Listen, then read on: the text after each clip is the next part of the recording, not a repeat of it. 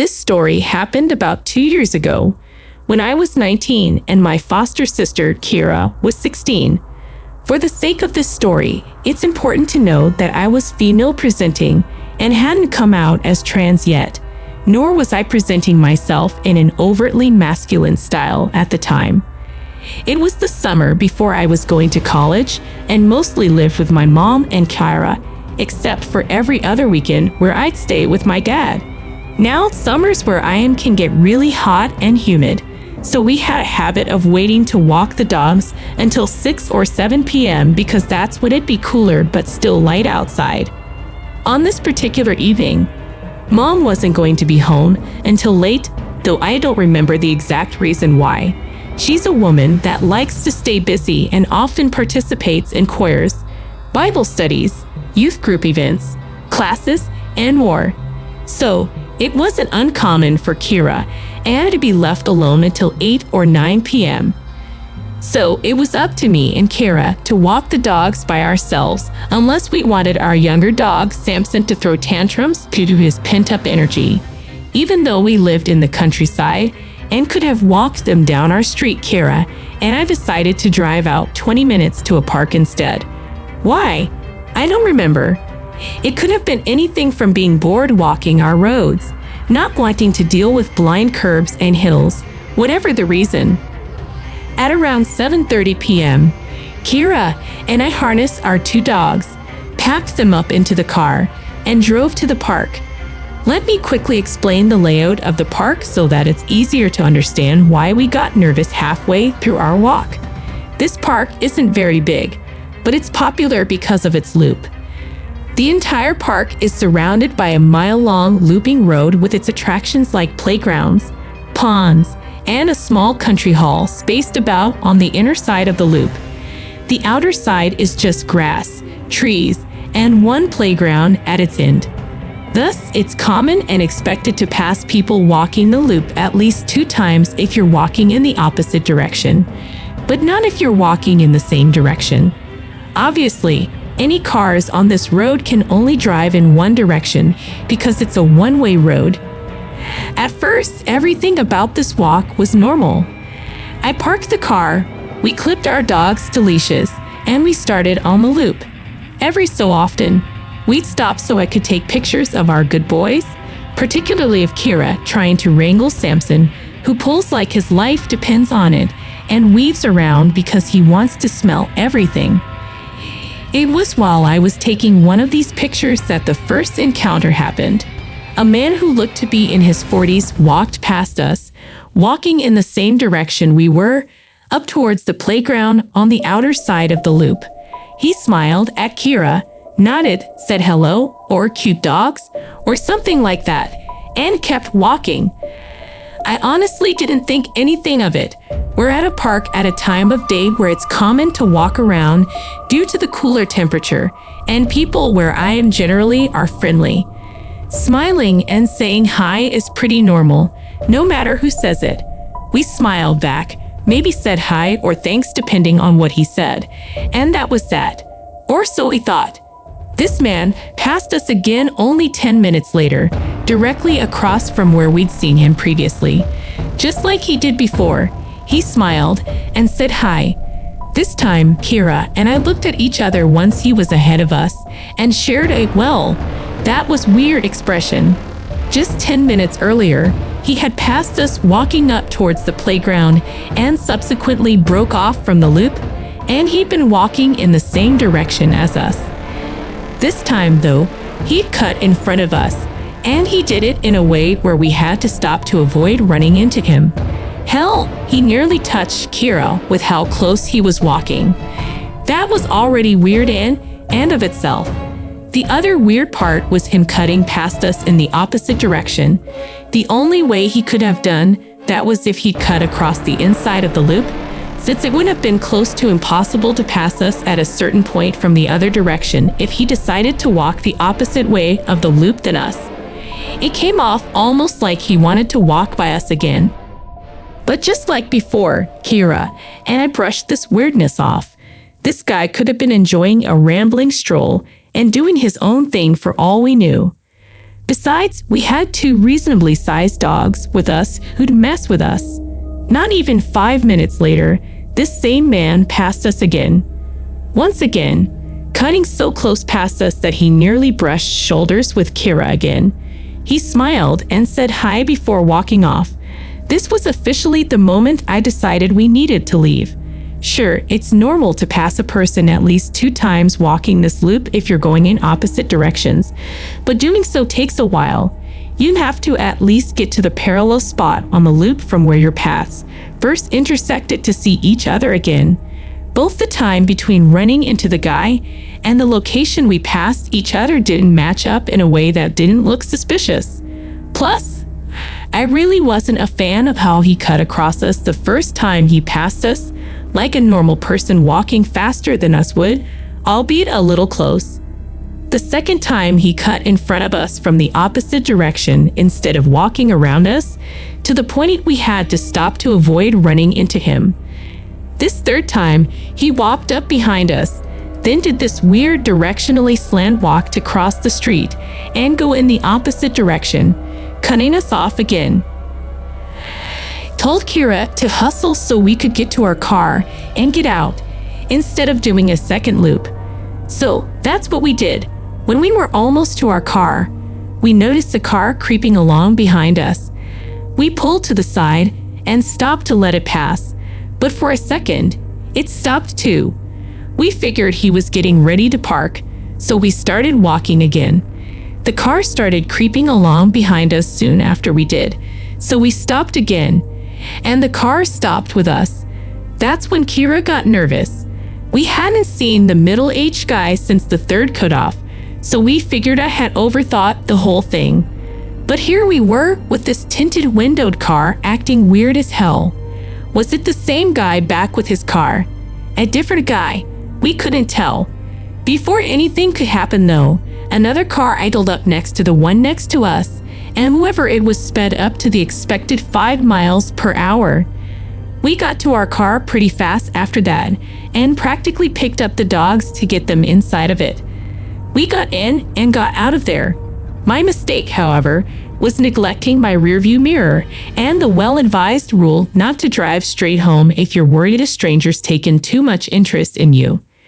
I was anxious, dumb, and primarily concerned with getting home, where we could be safe. Because home is safe, right? Nothing bad is supposed to happen to you there, right? I think we got home around 8-something. The sun had finally disappeared behind the horizon, but it wasn't fully dark yet, just that dusty purple color this guy gets before it finally accepts that it's nighttime. Mom wasn't home yet, so we got the dogs some water, locked the doors, ate a late dinner, and chilled in the living room, talking about things that didn't really matter. It was almost 9:30 when the scariest part of this whole ordeal happened. There, Kira and I were sitting on different couches, talking about something or other, when we noticed the ceiling briefly lit up over where Kira was sitting. An important note here is that Kira was sitting on a small couch with her back to a window that faces the front of the house, while I was on a couch on the opposite wall, where I could see a sliver of the front porch due to our long, slightly curvy driveway.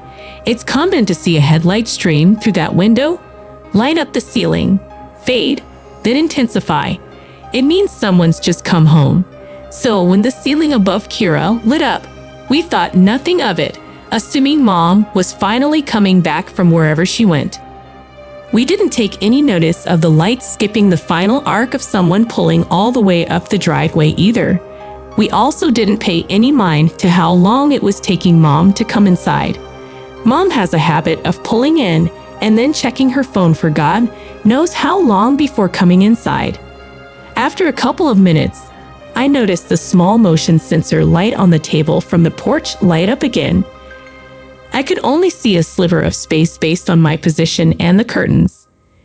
Basically, I could see a smidge of the table and the rails bordering our porch, but not its stairs or anything approaching the door depending on how they approached it.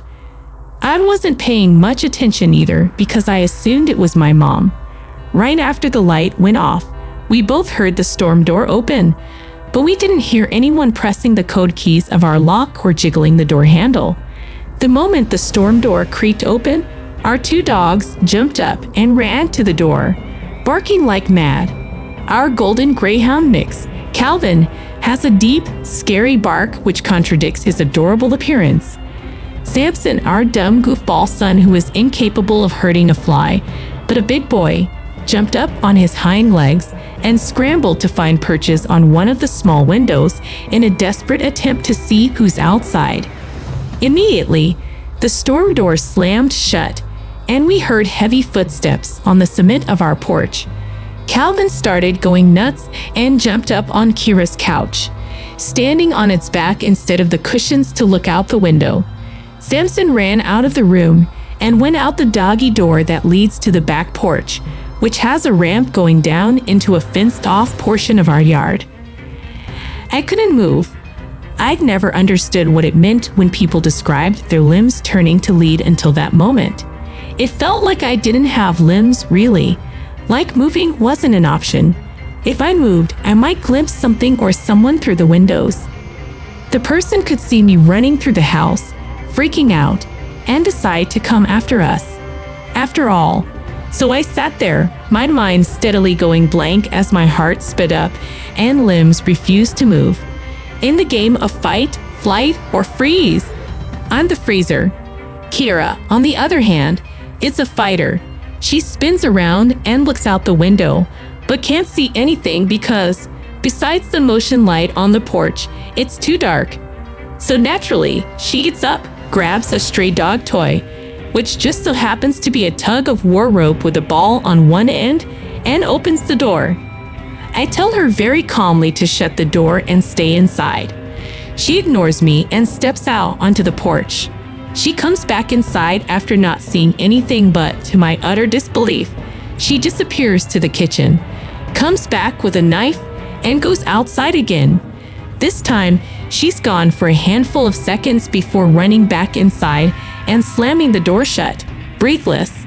She tells me she went out a bit into the yard and saw the outline of a man by the rundown dog kennel we don't use anymore. When she saw him and froze, he moved. This time, she listened to me when I told her to come in and lock the door. I managed to call Mom despite my head being empty and my limbs being lead. She convinced me to get up, make sure all the doors are locked, including the basement, and making sure the dogs were inside.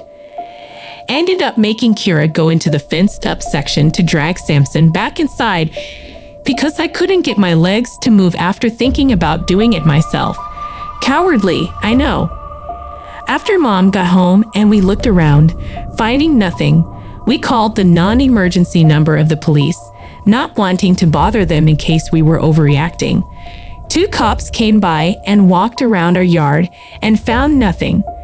We got the sense they didn't believe us, but instead saw us as 2 overexcited girls with exaggerated imaginations. Still, they humored us and told us, after we told them about the park, that if we think anyone might be following us or if someone's acting a little too creepy, not to drive straight home and to check if anyone's following us. Then they left. To this day, I'm pretty sure the only people who believe someone with malicious intent came to our home in hopes of finding 2 teenage girls is Kira and me. Whether it was the guy from the park, that's where our story takes a turn. After that night, Kira and I became hyper-vigilant about our surroundings, especially when out in public. We no longer took chances with our safety, always double-checking who was around us and where our exits were. At first, we'd avoided the park where it all began. The thought of encountering that man again terrified us both. Instead, we opted for walks in busier areas or with friends, never alone. Gradually, though, our fear subsided, replaced by a cautious awareness. We started going back to our usual spots, but with more precautions. Pepper spray in hand, emergency contacts on speed dial, and always staying together. Months passed without incident, and life seemed to return to normalcy.